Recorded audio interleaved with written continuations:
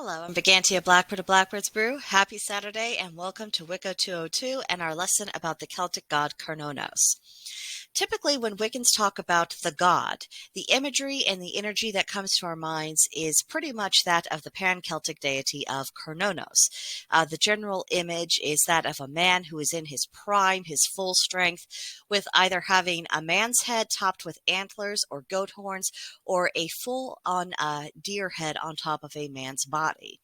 Sometimes Cernunnos is presented as sitting cross-legged, surrounded by forest animals and vegetation, and frequently he's holding a horned serpent in one hand and a torque in the other. Now, present-day artists have taken some liberties and they've presented Cernunnos in different poses. Quite often, he's in motion, he's active, he's doing something. But as soon as you see that image, you just instinctively know that it's meant to be him. You understand who it is that the artist is portraying.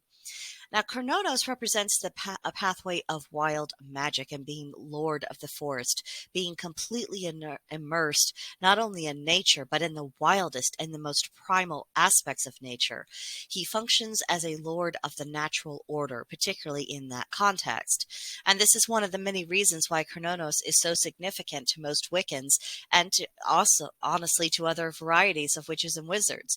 One of our earliest lessons is that no matter how chaotic and wild the magic we wield is, it is nevertheless governed by natural law, and nothing outside of natural law can be wrought into existence.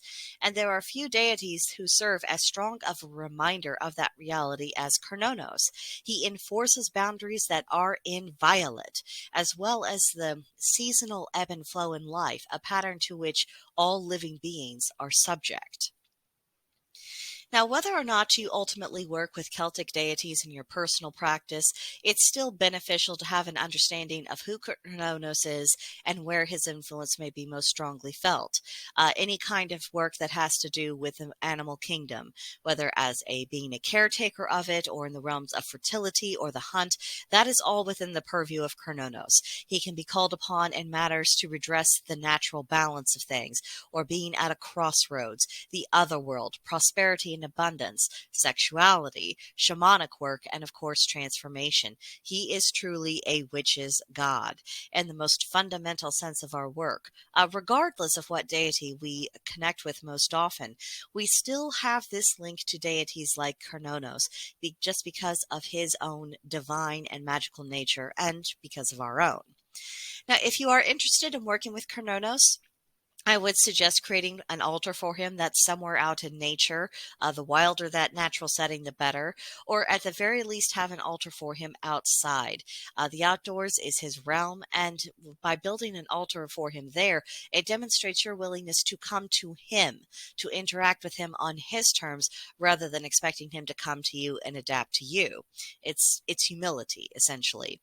Now, another way of getting in touch with him is through deep meditation, and a lot of people find the practice of rhythmic drumming very helpful. The rhythm of the drum helps keep your active mind busy and distracted so it's not interfering with anything else, and that frees up the rest of your brain to actually get into that flow of energy that allows you to make that divine connection. And on the few occasions that I have successfully made contact with Cernunnos, his energy just felt invigorating and primal, and sometimes it's just so overwhelmingly positive in the active, cleansing sense of the term. I've likened it to having a dose of sunlight coming from within your very soul. And it just feels like it crashes into you and then it emanates from you, and then it has this feedback loop for the duration of that interaction. It's incredibly intense. So if nothing else, if you are reaching out to Cernunnos, look for that overwhelming, wild intensity as being a sign that you've been successful. So now for our homework for October 29th through November 5th. Number 1, look into the historical records of Cernunnos. It is admittedly scanty, but learn all that you can. Research articles, blogs, and videos in which people talk about their experience working with Cernunnos. What are the common threads of these experiences? What are the differences? And what can you glean from all of that? And then finally, journal about what you think of Cernunnos based upon what you currently know of him, and write about it if you think this is a deity you'd like to form a stronger connection with. So that's what we have for this week. Any comments, questions, or concerns, please leave them either in the comment section below or come see me on Gilded. There's a link to join our server in the description box. It's called Blackbird's Brew. It's not just me there. We have a growing membership.